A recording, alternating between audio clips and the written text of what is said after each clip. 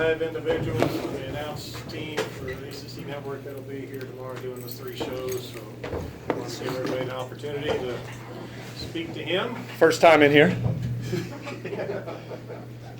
How do you Dressed in street clothes anyway. Yeah, right. Different uniform nowadays.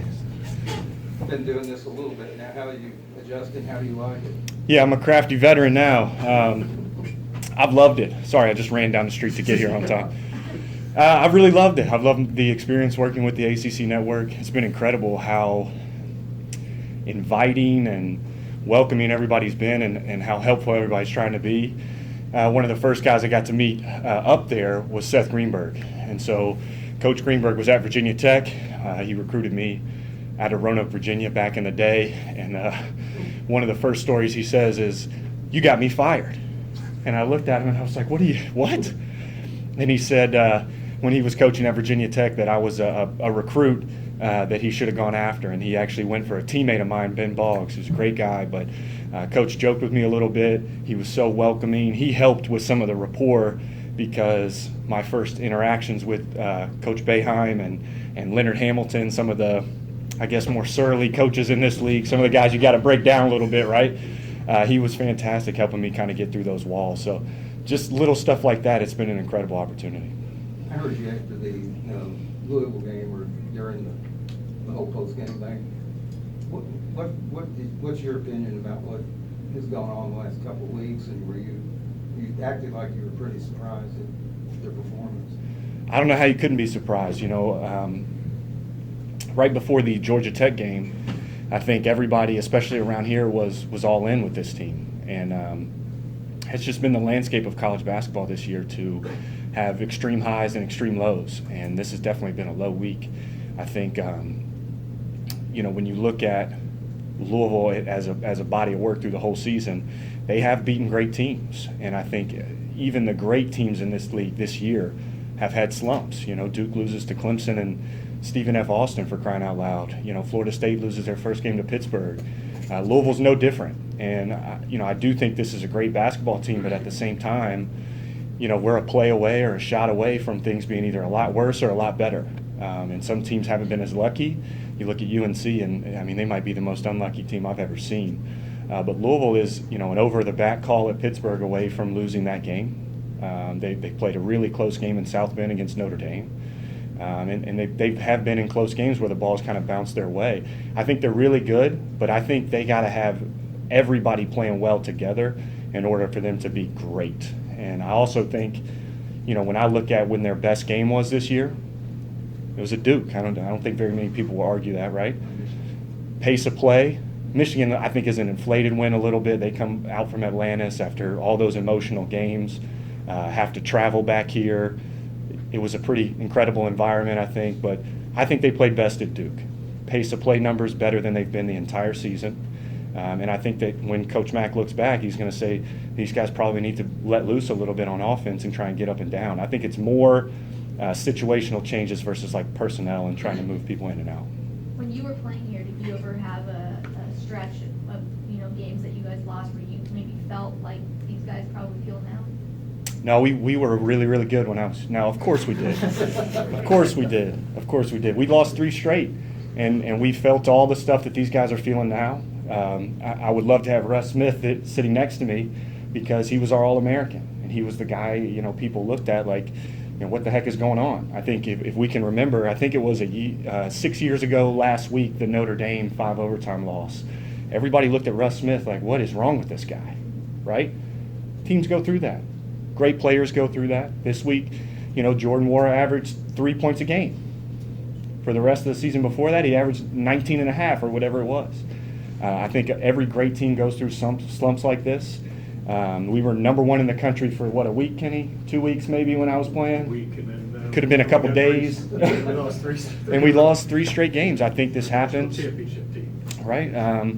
So you're playing in a good league. I know it's not quite as star-studded as it was last year, but you're playing in a great league, and I think the middle of the pack has risen a little bit. I think people felt like there were only 3 great teams.